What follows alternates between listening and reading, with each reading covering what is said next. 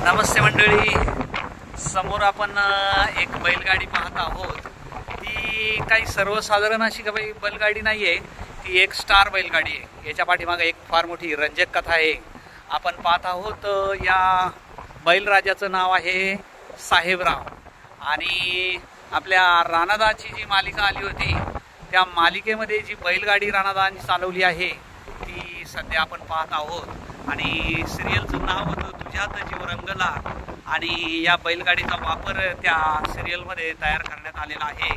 आणि एक अशी स्टार असलेली एक बैलगाडी आपण पाहत आहोत। आणि बैलगाडीवरती तुझ्यात जीव रंगला हे टायटल बघूनच मालिकेचं नाव तुझ्यात जीव रंगला असं नाव या मालिकेमध्ये थोडंसं ठेवण्यात आलं होतं। अशी एक कथा या दृष्टीनं आपल्या समोर आलेली आहे। आणि मालिकेमध्ये वापरलेला बैल, जी बैलगाडी राणादाने वापरली ती बैलगाडी या ठिकाणी आपण पाहत आहोत। आणि वैशिष्ट्य म्हणजे समोरच्या बैलराजाचं नाव आहे साहेबराव।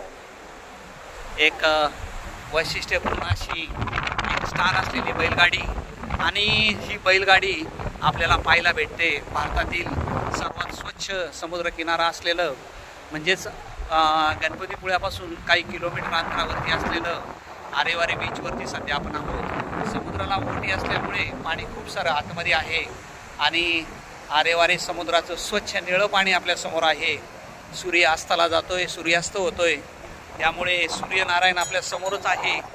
पाण्याची निळाई मी तुम्हाला सध्या या समोरच्या चमकणाऱ्या सूर्यप्रकाशामुळे दाखवू शकत नाही आहे, पण अतिशय स्वच्छ आणि सुंदर असलेला बीच गणपतीपुळ्याला आल्यानंतर या भागामध्ये भेट देणं अनिवार्य आहे। कारण का तर या ठिकाणी अत्यंत स्वच्छ आणि छान असा समुद्रकिनारा आपल्याला पाहायला भेटतो। एक लाट आपली पाठलाग करत आहे आणि संध्याकाळची वेळ, झोपणारा थंडगार वारा आणि डोक्याची थोडीशी चादर लपेटत आहे।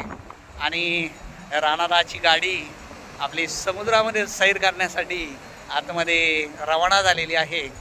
सूर्यास्ताच्या या सुंदर समयी फार सुंदर आणि मोहक असं दृश्य, एक ग्रामीण जीवनाची आठवण करून देणारं दृश्य। शहरी जीवनामध्ये अशी सुंदर दृश्य आपल्याला पाहायला भेटत नाही।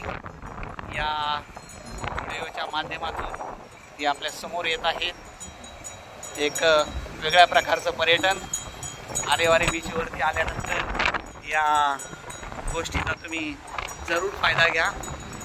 बाय मंडळी।